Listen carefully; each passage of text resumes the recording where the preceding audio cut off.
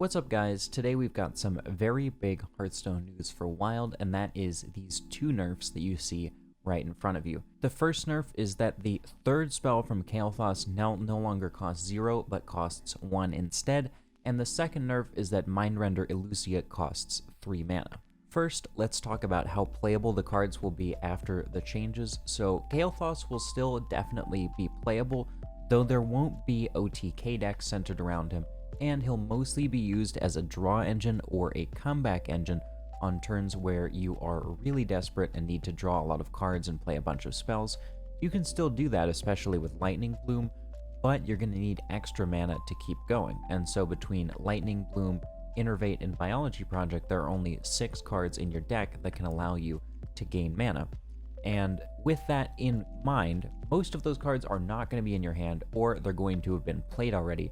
So Kael'thas turns are pretty much going to be limited to a few big spells unless something really changes.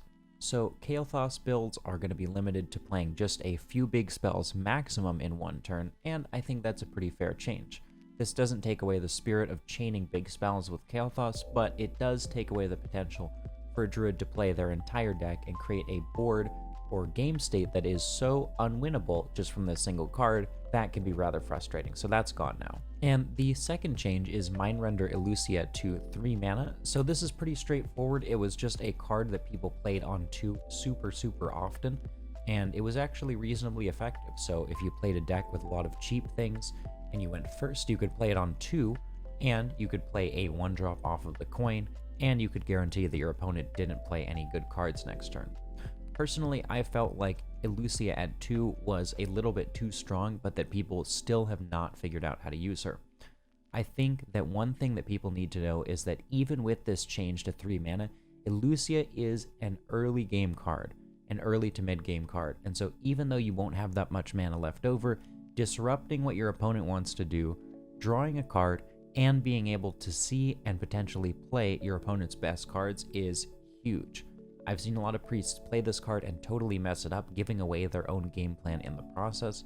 Don't be one of those people. You can still play this card, but I think it's less of a build-around card in priest, and a little bit more appropriate to where its true power level should be once people figure out how to play it. And of course, you guys would like to know, what will the Scholomance meta look like after these changes? Because certainly Kael'thas Druids and Reno Priests were a huge part of the meta, and this affects both of those decks strongly. So what I think this is going to do is I think it's going to make Dark Glare Warlock the best deck in the format. I think it probably already is the best deck in the format, but a lot of these high rolls that you see right here were the only way to counter Dark Glare high rolls. So if Priest is worse and Druid is worse, Warlock is going to get better.